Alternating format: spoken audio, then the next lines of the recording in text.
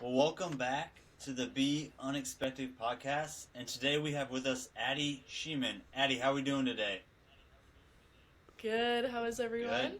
Good? Good. Thanks for Yeah, joining thanks for us. joining us. We're Yes. excited to dive into your story and just share a little bit about yourself and some things that you faced in your life and how you able to overcome it. So, to my knowledge, you grew up in Arlington, Nebraska, correct? Yeah, I did. So, just talk a little bit about that. What was it like growing up in Arlington, Nebraska, and some sports you were Um, involved in and just other stuff? yeah, so growing up in such a small town, as you guys probably know, Arlington is just a town above 1,000 people. My high school graduating class was about 45 kids, so very tight-knit community, very welcoming and very uplifting community. I grew up swimming.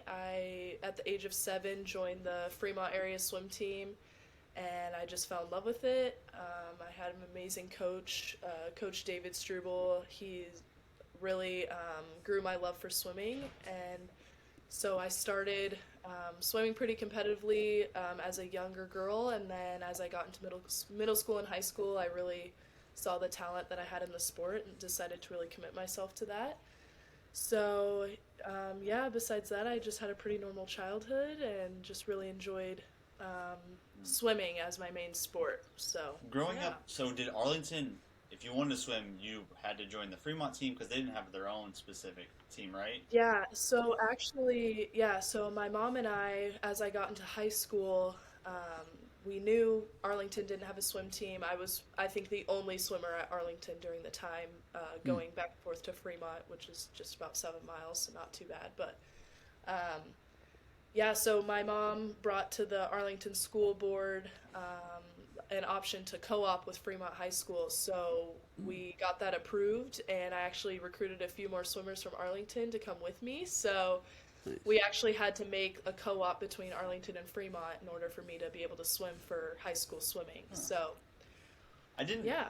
Did you have to get up for those early morning practices, like at 5 a.m. still? Yep, yep. Every Oh, morning, 5 a.m., and then we'd have weightlifting and also a practice after Wow. school. So it was pretty intense, yeah. But Fremont welcomed me and welcomed any other Arlington swimmers that wanted to swim. So it was a really good opportunity for not only me, but other people who wanted to try the sport of swimming and swim in high school. It was just because our school was so small, like no one, and we don't have a pool, we don't, hmm.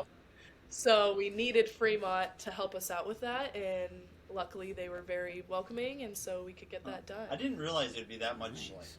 your mom going to the board and talking and getting approved. I figured it'd Yeah. just be like, oh, Addie goes to Arlington, there's no swim team, so she'll go to Fremont. Like, it just seems simpler, but Yeah.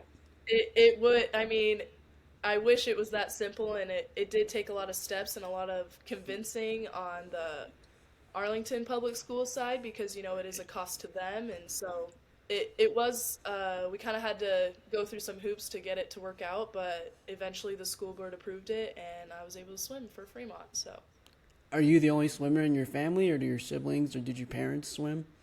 so my mom swam in college, and I think that's kind of why she wanted to put us into the pool at such an Hmm. early age. And my younger sister Ellie also, she didn't have, I guess, the sort of drive and passion I had for the sport, but she swam all 4 years of her high school, and she really enjoyed it. But she was more of just a high school swimmer, whereas I was swimming all year round for club swimming and all that, and para swimming. So she she does swim too, or she did swim in high school as well. So I got her to be on the team with me too. So that was fun. But yeah, Nice. nice. So, leading into high yeah. school, was it just strictly swimming, or were you involved in music, other athletics, or just stuff like that? Well, I was running track in middle school. I would just run track, and then in the summers I would train with the cross country team. I liked just the training of cross country and running with the team in the summers, and I was hoping to pursue that going into high school. But as you guys know, I was involved in an accident, so I just took on the role of swimming instead of running. Okay, so So you were Hmm. involved with running and cross country before the accident, correct? Okay. yes, yeah. So I never actually was competing in cross country meets. I was just training with the team in the Okay. summer. Okay. So Nice. hoping to, do that eventually, but it just didn't work out that way. But I was running kind of more just for my swim training. I wasn't really doing the running for the enjoyment Yeah. of the running. I was more Yeah. doing it Yeah. to stay in Yeah. shape for swimming. So Yeah, I don't know if all of those runners who enjoy running, like why not? I would enjoy. I don't mind running for like basketball, just the pure running though. It's I don't know. yeah, Did not find much joy in that. it, yeah, it's not my favorite. No. If you can't listen to music, I don't see how it's fun. Yeah, Like, yeah. So then, maybe we'll dive into just kind of more of where you're just kind of faced some adversity in your life. So in July of 2017, correct? You were in an ATV accident. Maybe if you want to Yeah. just share, led up to that, Yeah. and then just the steps. I mean, the recovery process after that. Okay, yeah, I will try not to go into Yeah. smaller stories within my story. Just keep it pretty straightforward. But so summer 2017, I'm about to enter my freshman year of high school. I was 14 at the time, and it was a normal summer. I was running with the cross country team. I was swimming, just kind of getting very anxious yet excited for my freshman year of high school. And then, so as you know, Arlington is a very small country town. It's not uncommon for us young kids to be riding on UTVs.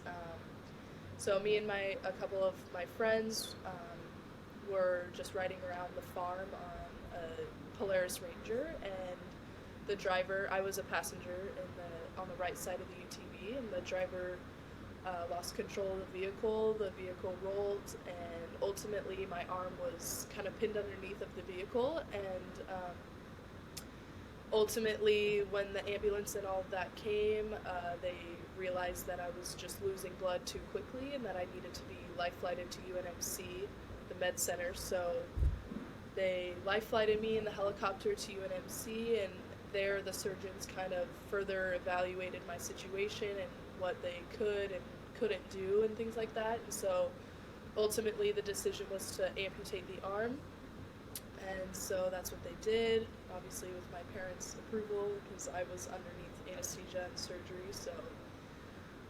So after that, after they amputated the arm, that's when my recovery started. That's when the adversity I faced just really came my way. So as a 14-year-old girl, it was very hard to process, even just the uncertainties of girlhood in itself, and then you add amputated arm on top of that. It was very hard, especially going into my freshman year of high school. I already had so many insecurities, and so adding that was very difficult. But I was then sent to Madonna, and I went through rehab there, and my therapist really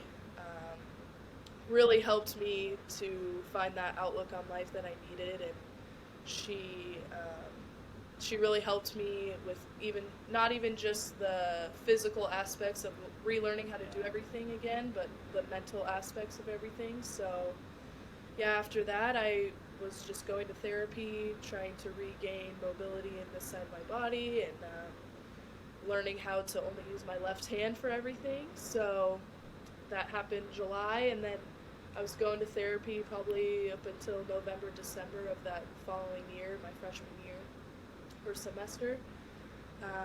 And so yeah, that's pretty much the basis of that. Then I went to high school as normal.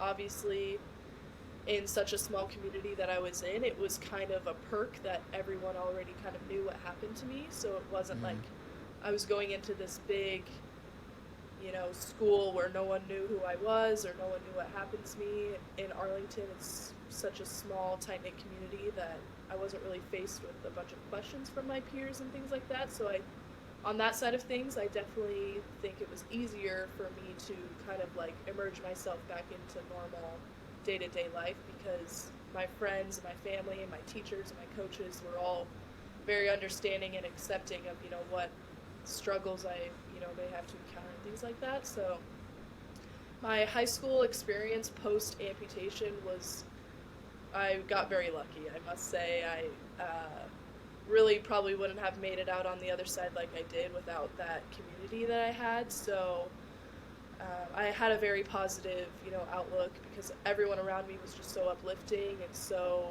positive that I really had no choice but to, be positive and, just go along with the support that I was given. Yeah. So when you go in July and you go to the hospital, what is that? So when they amputate your arm, what is the steps for the healing process? So when you leave the hospital, are you just bandaged up, or what's that even like? Yeah, so my mom, she was like, when they brought me home from the hospital, she was like, it was like bringing you home as a baby again. We didn't know what to do. It was so new, and I was only in the hospital for 4 nights and 5 days, so it was very, very quick turnaround. I had the original amputation, then I had a revision surgery a couple days afterward. But when they sent me home, I had a pain block, a nerve block in my arm, so I really couldn't feel much pain at all in this side of my body. I wasn't feeling much pain. So that was good, but I think we were more scared of weaning off the pain and the nerve block. Oh, yeah. Because we didn't know what the pain would feel like after that. So I was hooked up to that for a week or two post-amputation, and I was just taking it easy, I had a lot of visitors, a lot of people coming to see me. So I was very preoccupied with the amount of tension I was getting and things like that. So it made the first couple weeks pretty easy. But then once the visitors started going away, I was starting, to do more things on my own, starting to realize these new frustrations of living life with one arm. And once that reality kind of set in is when it started to get a bit harder. And I was, kind of like, I don't think I realized until a few weeks, maybe even a month later, the severity of my situation. And so, the process of just recovering was pretty much, I'd get up, I'd go to my occupational therapy, I would do all these exercises, and I would go to school as much as I could. My freshman year of high school, it was pretty blurry to me. I don't remember a lot. I was on a lot of medication for a while.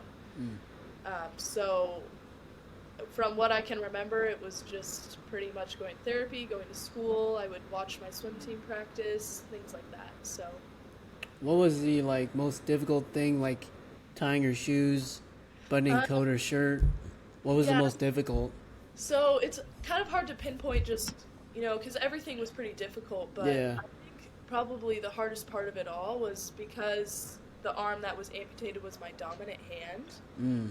It was just relearning how to use this left hand, and then this is the only hand I have, so it was very hard to get the coordination right. So it's not only just tying my shoe with one hand or putting my hair up with one hand, now it's my non-dominant hand. And so I think just the overall aspect of, learning to use my non-dominant hand was probably the hardest part. So writing, typing, those things were probably the hardest because now I can't type as fast and, I have to get my whole hand across the keyboard. And so kind of things like that, or writing, my handwriting to this day is not even as good as it was. So I'm also just kind of a perfectionist in that way, that I want my handwriting to be perfect, but definitely learned to give myself a little slack since then. Was that kind of stuff you were working on in occupational therapy? Because I remember when I had the accident, I had the hand, and so they would have me bake cookies and just do random tie shoes. Is that stuff you would have to do? Yeah, so at Madonna, obviously you've been there as well. At Madonna, they have mock kitchens. They have everything. It would be me putting on a fitted sheet on a bed, or just anything of that sort. So I pretty much relearned how to do everything in my life. And as I'm sure you guys understand and know, it's just trying to relearn everything at just a very slow pace, and it's very frustrating. It's very mentally exhausting. Oh yeah. Yeah, I when I did, I was frustrated. I can only imagine. I don't want to bake these freaking cookies. I don't want to put the sheet on. I'll figure it out. But yeah, I can imagine the frustration when you can't do things like that. So. Yeah, I remember mine was buttoning a shirt. Was it so difficult? I mean, you just had to like find a different way. Yeah. Yeah. And That's it's right. like, or like did you guys ever want to like be done? And they're like, you're not going home until you're done with like Yep. this and they're all boring. Like it's just like this is so boring. Like, Yeah. oh man. When were you able to get back in the pool, back to swimming, just like activities and stuff? So I was pretty, stitched up to go back to your question about the recovery, and physically I was stitched up. I think I had around 20 to 30 stitches, and so those all had to dissolve or come out. I had to get them taken out. Once I was cleared to like actually take a shower and get back into the pool and things like that, then I did. And there was a little bit of uncertainty with getting back into the pool. I was very like, how can I ever swim with one arm? Like, aren't I just gonna go in circles? Like, how am I supposed to do this? But my swim coach, like, I have to credit him for pretty much the entirety of me getting back into the pool. He would show me videos of Paralympic swimmers and show me videos of girls with one arm swimming, and I'm like, wow, like, it kind of opened my eyes where I was pretty like closed off to getting back into the pool at the start. I was very like I just think all my dreams are crushed pretty much. And then my swim coach was like, why don't you just come to one practice? You can just watch, like, you don't even have to get in if you don't want to. Like, in some practices we'd play water polo for fun, and he was like, you want to get in and play water polo? I'm like, oh sure. Like, I'm watching my team have all this fun, and thinking back to the days where I would play water polo with them. And so I did end up getting into the pool probably about, I think it was the beginning of, say, August, September, October. It was the beginning of November. So it was about 3.5 months out of losing my arm, and I was back into the pool, and there was this day where I was swimming with my team playing water polo, and David, my coach David, was like, why don't you just swim the width of the pool? The length is a lot longer. It's like, why don't you just see what you can do the width of the pool? And I did, and I got up and I started swimming the butterfly. That's what felt the most natural to me.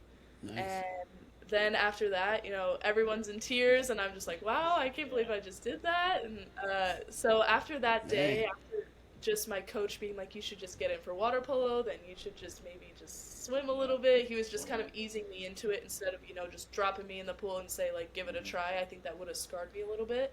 Yeah. So, yeah, about 3 months after is when I went to that practice, and my amazing coach was just and my whole team was just so supportive, and really just wanting me to feel comfortable back in the pool again. So, yeah. What was that? That had to be like a really cool moment for you. That first time back in, was that like good therapy for you to like just dealing with losing your arm? Yeah, so I must say, like, out of all the things, like, swimming really felt the most natural, and just the way that your body moves through the water is very natural in itself. And I thought, after losing an arm, like, there's no way swimming will ever feel remotely the same. And for me it did, and I would have never expected that. Like, I got in the pool and I just got back into the rhythm. There was a lot of like modifying later on, but just the initial few strokes of swimming through the water, I was like, okay, like, I can get the hang of this. Like, it was a very surreal feeling of just like, not being in the pool for 3 months, regardless of if you lose a limb or not, is gonna feel weird. So with the amount of training I was doing anyway, it was just every day in the pool, and then for 3 months not in the pool, it was going to be a shock either way. And so honestly, I think that aspect made it a little bit easier too, because it was just all the new feelings of being back in the pool again. When relearning how to do all that, did you have to like focus more on your legs or like your mentor? Like, how did that work? How did learning that? Yeah, so my swim coach, he had never coached a para swimmer in his life. This was all very new to him as well, but he was so dedicated to teaching himself how to teach me. And because I was so young and I was still learning the mechanics of swimming, it was like, it felt really hard to be able to just teach myself. And so my swim coach, he was doing a lot of research on how to coach para swimmers, specifically swimmers with one arm, and he went out of his way to go to clinics and involve himself in the para community for me to learn to love the sport again and just get back into it, because he knew that, and I knew as well, that I didn't want to give this up. And so there were a lot of like little things, like my kick definitely had to get a lot stronger, my legs are a lot stronger, the rotation in swimming is very important, and so just learning how to over rotate and compensate for this side of my body and things like that. So mainly just my kick had to get a lot stronger. Just learning how to propel my body with solely my legs was a big aspect, and eventually I was like the best kicker on my team. And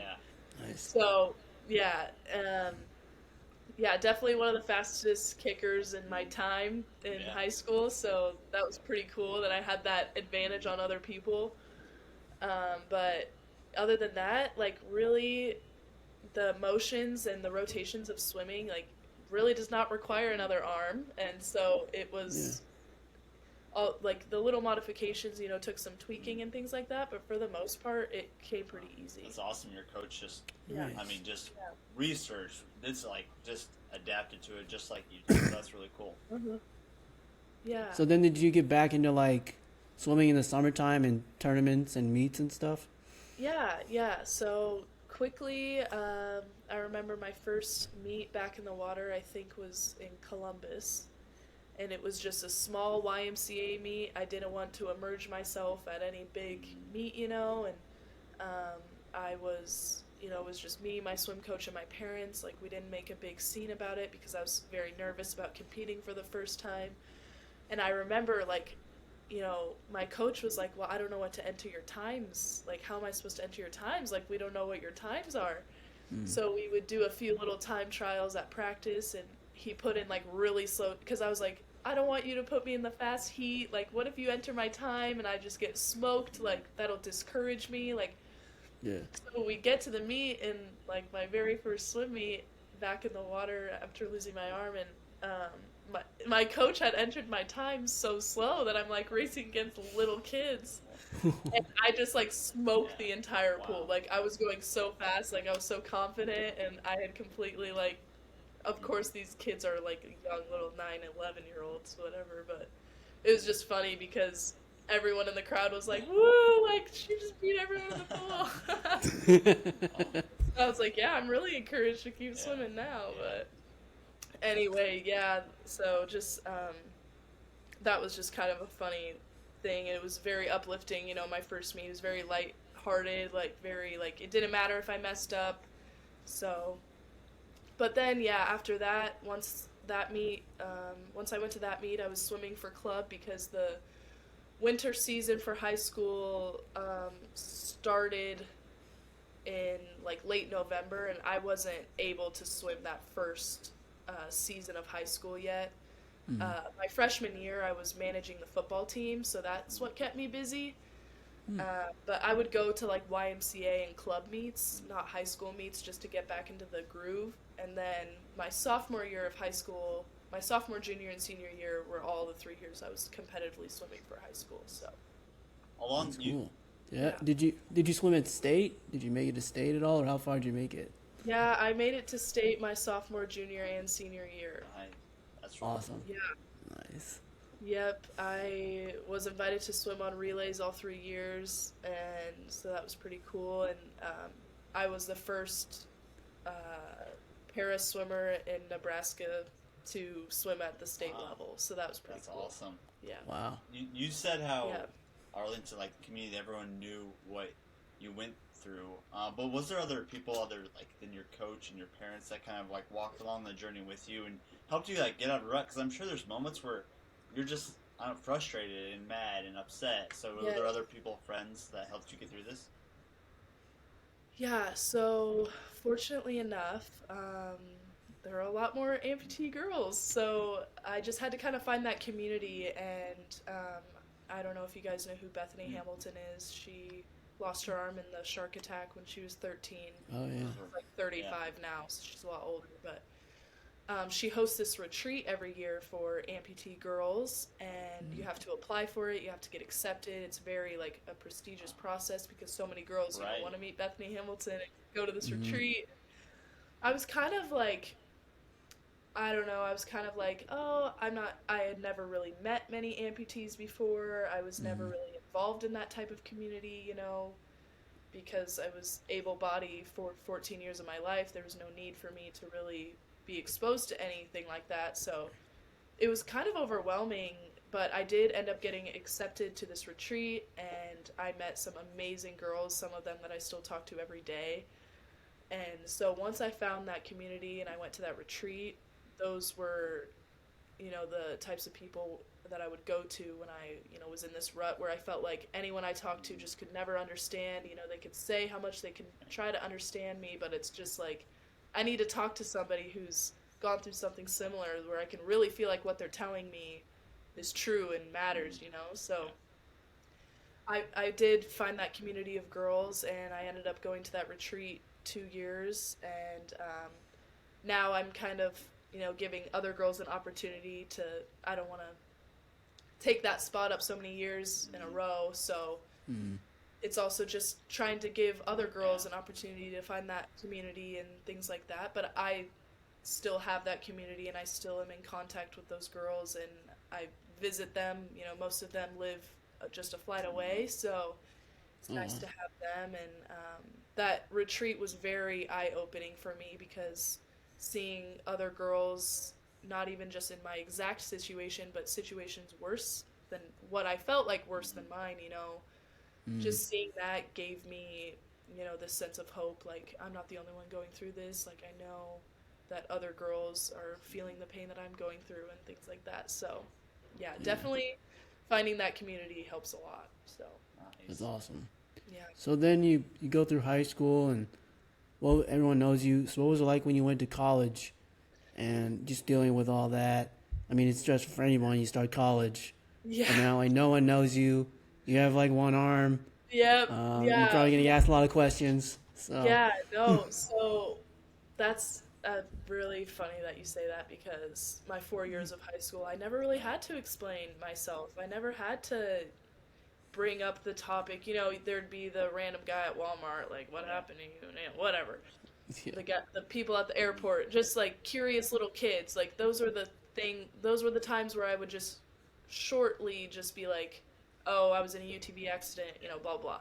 Then I get to college, and I was so excited, so nervous, just even entering college, um, just as a normal student is nerve-wracking. But I never really even took into account how my arm would affect anything because I was so past it at that point that I'm like, I've been 4 years strong, like I'm confident, I feel good about this, but I never took into account, the amount of people that may be wondering what happened to me, and like the memories and the feelings that may come back because of, explaining all that. And so, coming into college, I didn't even know my roommate. I didn't know anyone. I moved 22 hours away from everything I knew.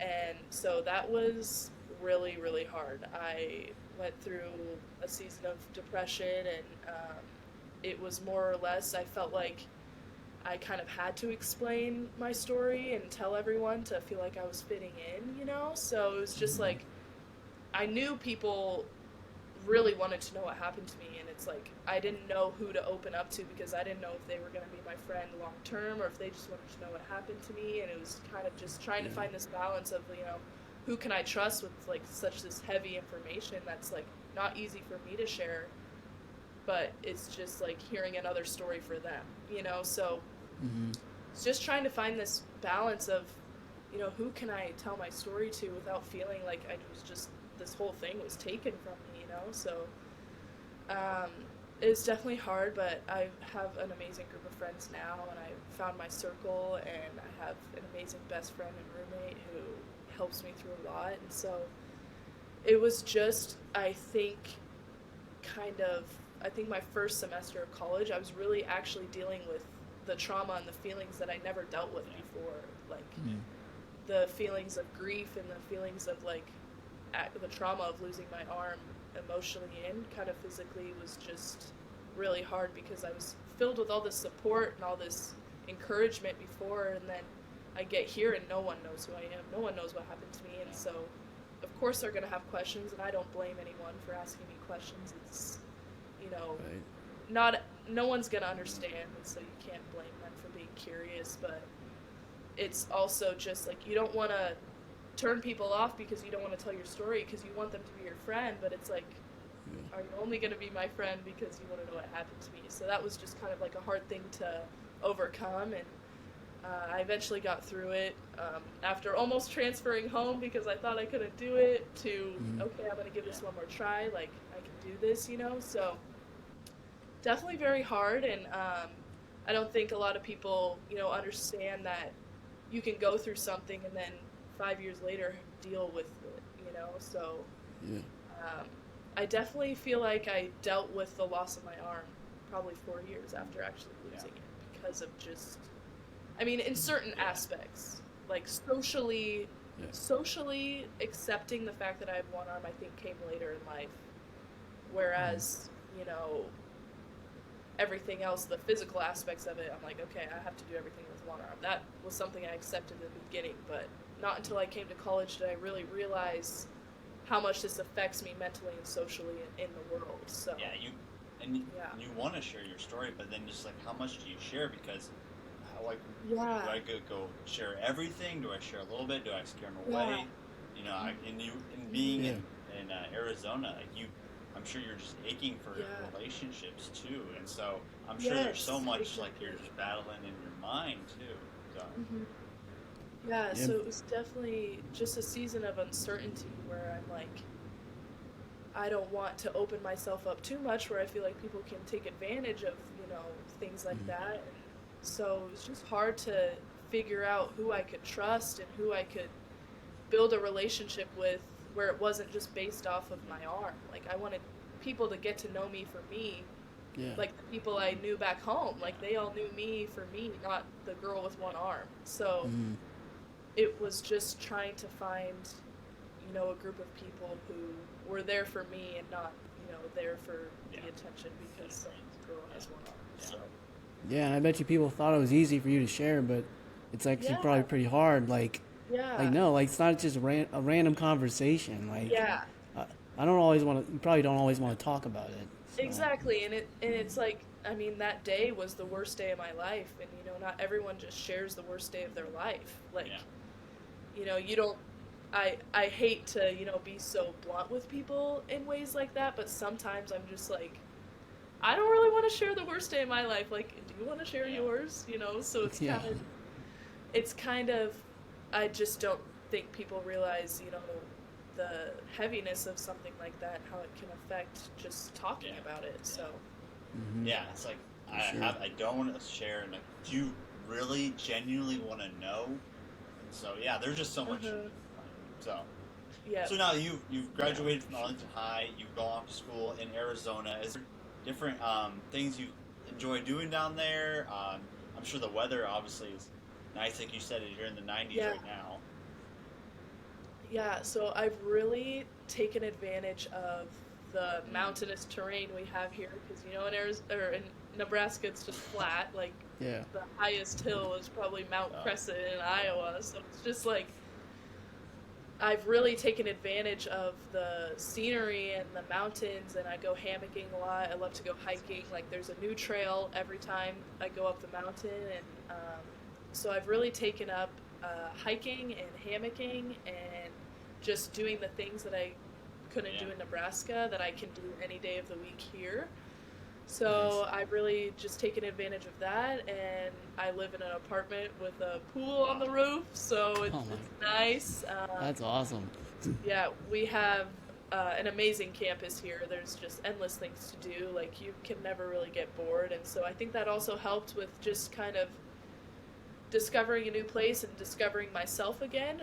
There's just so much to do and so many things that I could escape to that if I need to, I can. So. But the main thing, I think, and also just being able to swim outside, like practicing outside has been fun. just being in the pool and getting a tan line from my swim cap. Like, that wasn't something I never experienced before. Like, I had a line across my forehead for my You're probably used cap. to walking out of the YMCA and freezing your hair, in the middle of January. Now you got the tan line.